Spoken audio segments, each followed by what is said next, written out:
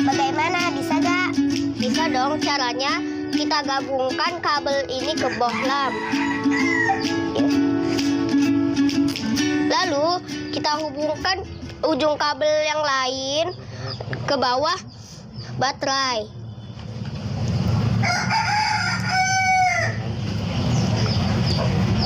Jadi deh. Wah, keren ya. Kalian lagi apa sih?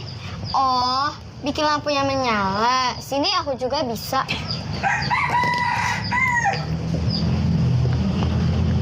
Lihat ya. Simsalabim, menyala. Lah, kok tidak menyala? Pantas kau lupa.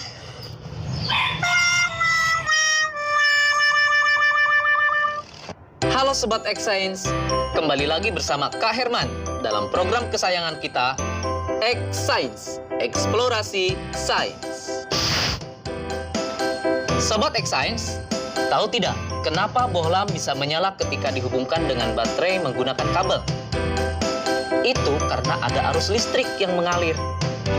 Nah, arus listrik itu mengalir dari kutub positif ke kutub negatif, atau dari tegangan yang lebih tinggi ke tegangan yang lebih rendah. Bagaimana ya dengan larutan? Bisa tidak menghantarkan listrik? Baik adik-adik, kita buktikan yuk dengan eksperimen. Sobat X-Science, eksperimen kita kali ini adalah percobaan larutan elektrolit dan non-elektrolit. Alat dan bahan yang dibutuhkan dalam eksperimen ini yaitu toolkit listrik yang berisi gauge-meter, aquades, air garam, dan air asam jawa. Setelah semua alat dan bahan tersedia, maka langkah selanjutnya, masukkan ujung kabel ke larutan aquades, lalu amati jarum pada meteran alat atau disebut gauge. Tidak bergerak. Setelah itu, ulangi proses kegiatan dengan menggunakan larutan air garam dan larutan asam jawa. Perhatikan pergerakan jarum pada gauge-meter.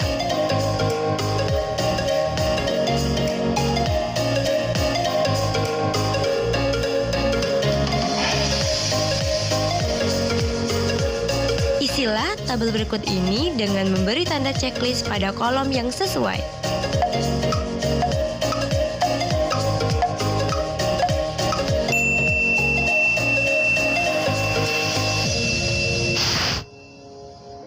Sobat X-Science, sekarang kita simak ya penjelasan hasil eksperimennya.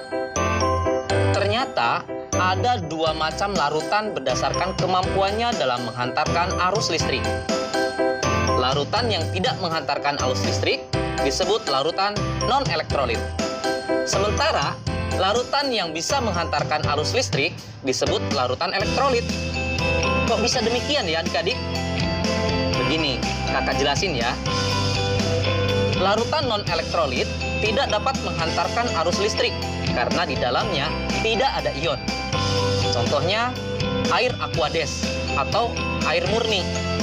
Makanya tadi dalam percobaan jarum pada gauge meter tidak bergerak. Sekarang bagaimana sih larutan yang dapat menghantarkan arus listrik?